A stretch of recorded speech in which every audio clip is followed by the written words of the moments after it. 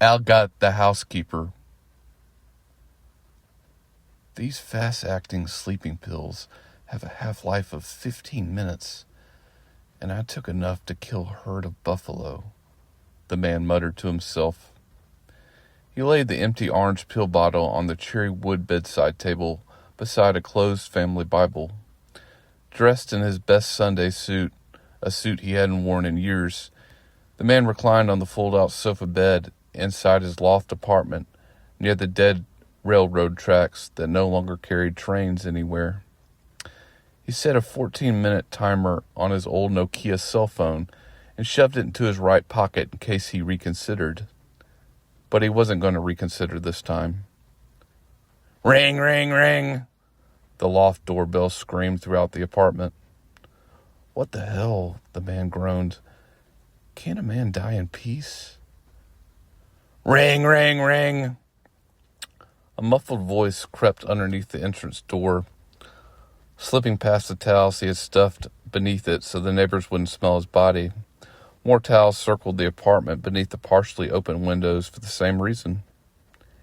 It's Helga, the woman called out. Your new housekeeper. It's 10 a.m. Tuesday morning. She tapped her wristwatch impatiently. Oh shit, the man muttered to himself. Unfucking believable. Hold on, he called out weakly. He sat up from the sofa bed, staggered to the door, removed the towels, and peered through the narrow opening created by the slide chain lock. Today's not a good day, Helga. I'm sorry. I'll go ahead and pay you for... I made muffins, the woman interrupted brightly. The man looked downward at the 5-foot-tall blonde German woman standing outside his apartment door. According to the logo stitched across her cheap umbrella and work jacket, she was trying to obtain a visa and stay in the country permanently.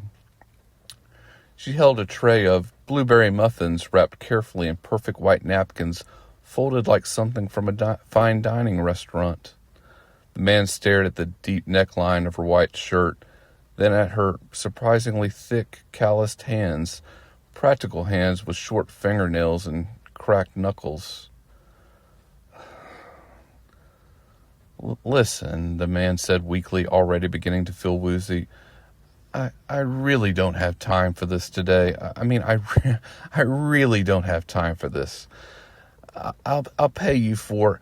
I need you to sign my visa work verification form, the woman interrupted again. I must complete 6 months of housekeeping work in order to stay in this country and make it my home. She smiled at him with bright dimples.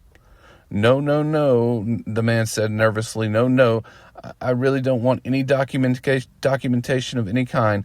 No government forms, no paperwork, no notes, nothing. He tried to steady himself against the wall. I'll pay you for... Suddenly his legs buckled beneath him. His forehead slammed violently against the exposed brick wall of the loft before he collapsed to the floor. Helga screamed and dropped the blueberry muffins across the hallway carpet. The man slowly pulled himself upright against the wall, blood trickling down his forehead. You see, he whispered softly through the narrow gap in the chain door. It's really not a good day.